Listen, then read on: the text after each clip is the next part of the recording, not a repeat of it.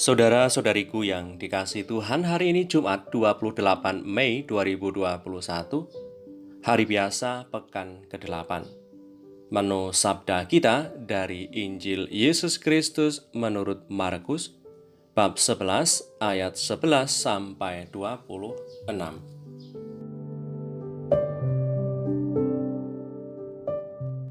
Sesampainya di Yerusalem, ia masuk ke bait Allah. Di sana ia meninjau semuanya, tetapi sebab hari sudah hampir malam, ia keluar ke Betania bersama dengan ke-12 muridnya. Keesokan harinya, sesudah Yesus dan ke-12 muridnya meninggalkan Betania, Yesus merasa lapar. Dan dari jauh ia melihat pohon ara yang sudah berdaun. Ia mendekatinya untuk melihat kalau ia mendapat apa-apa pada pohon itu. Tetapi waktu ia tiba di situ, ia tidak mendapat apa-apa selain daun-daun saja, sebab memang bukan musim buah ara. Maka katanya kepada pohon itu, "Jangan lagi seorang pun makan buahmu selama-lamanya." Dan murid-muridnya pun mendengarnya. Lalu tibalah Yesus dan murid-muridnya di Yerusalem.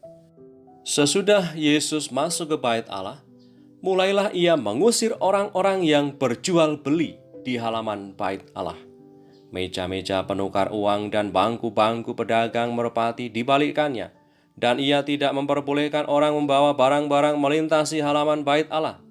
Lalu ia mengajar mereka, katanya, "Bukankah ada tertulis, rumahku akan disebut rumah doa bagi segala bangsa?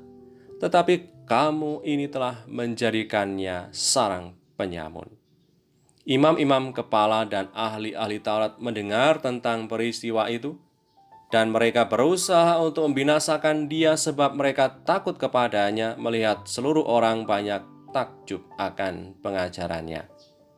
Menjelang malam, mereka keluar lagi dari kota.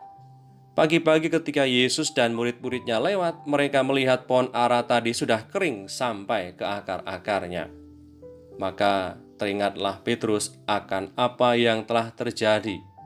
Lalu ia berkata kepada Yesus, "Rabi, lihatlah, pohon ara yang kau kutuk itu sudah kering." Yesus menjawab mereka, "Percayalah kepada Allah. Aku berkata kepadamu, sesungguhnya barang siapa berkata kepada gunung ini, 'Beranjaklah dan tercampaklah ke dalam laut,' asal tidak bimbang hatinya, tetapi percaya bahwa apa yang dikatakannya itu akan terjadi, maka hal itu akan terjadi baginya. Karena itu aku berkata kepadamu, apa saja yang kamu minta dan doakan, percayalah bahwa kamu telah menerimanya, maka hal itu akan diberikan kepadamu. Dan jika kamu berdiri untuk berdoa, ampunilah dahulu sekiranya ada barang sesuatu dalam hatimu terhadap seorang, supaya juga Bapamu yang di surga mengampuni kesalahan-kesalahanmu. Tetapi jika kamu tidak mengampuni, maka Bapamu yang di surga juga tidak akan mengampuni kesalahan-kesalahanmu." Demikianlah Injil Tuhan. Terpujilah Kristus.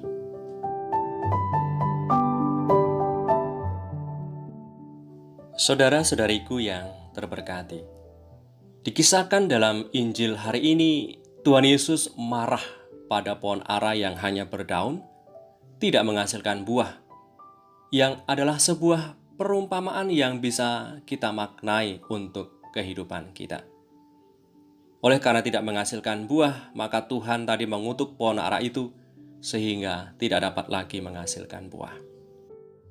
Penginjil Markus hendak mengkaitkan antara pohon ara yang tidak berbuah dengan kisah Yesus membersihkan bait Allah dari sarang penyamun, banyak orang yang berjualan di bait Allah. Bait Allah menjadi tempat berjualan pada awalnya sebagai bantuan orang-orang Yahudi yang pulang dari negara lain untuk beribadah. Mereka tidak perlu susah-susah membawa hewan kurban dari tempat jauh. Mereka cukup menukar uang dan membeli hewan kurban untuk perayaan Paskah atau kurban pendamaian atas dosa mereka, sehingga mempermudah mereka untuk berdoa dan mempersembahkan korban persembahan kepada Allah di bait Allah. Akan tetapi, lama-kelamaan tujuan orang pergi ke bait Allah menjadi berubah. Mereka tidak berdoa, tapi berusaha bagaimana caranya mendapatkan keuntungan dan sibuk pada urusan bahan persembahan mana yang layak atau tidak layak kepada Allah, dan lupa pada usaha pembaruan diri. Seperti dituliskan dalam surat kepada orang Ibrani. Ia berkata, "Korban dan persembahan, korban bakaran dan korban penghapus dosa tidak engkau kehendaki, dan engkau tidak berkenan kepadanya, meskipun dipersembahkan menurut hukum Taurat."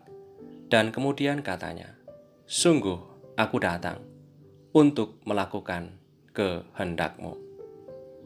Melalui perumpamaan itu, Tuhan Yesus sungguh menginginkan agar murid-muridnya tidak hanya percaya pada Yesus sebagai Tuhan, tapi juga menghasilkan buah dalam kebaikan. Dan semoga kita bisa.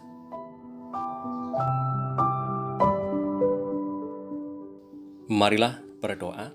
Demi nama Bapa dan Putra dan Roh Kudus. Amin. Allah Bapa Maha Kasih, Engkau menghendaki supaya kami semua sebagai murid-murid Yesus Kristus Putra-Mu bisa menghasilkan buah dalam kebaikan dengan cara mau ikut memperjuangkan nilai cinta kasih, kebenaran, dan damai sejahtera di tengah dunia kami. Semoga oleh karena rahmat-Mu kami selalu menjadikan segala apa yang kami kerjakan dan segala perbuatan dan tingkah laku kami sebagai sebuah persembahan yang hidup bagi-Mu. Kemuliaan kepada Bapa dan Putra dan Roh Kudus, seperti pada permulaan, sekarang, selalu, dan sepanjang segala abad. Amin. Berkat Allah yang Maha Kuasa turun atas kita semua, Bapa dan Putra dan Roh Kudus. Amin.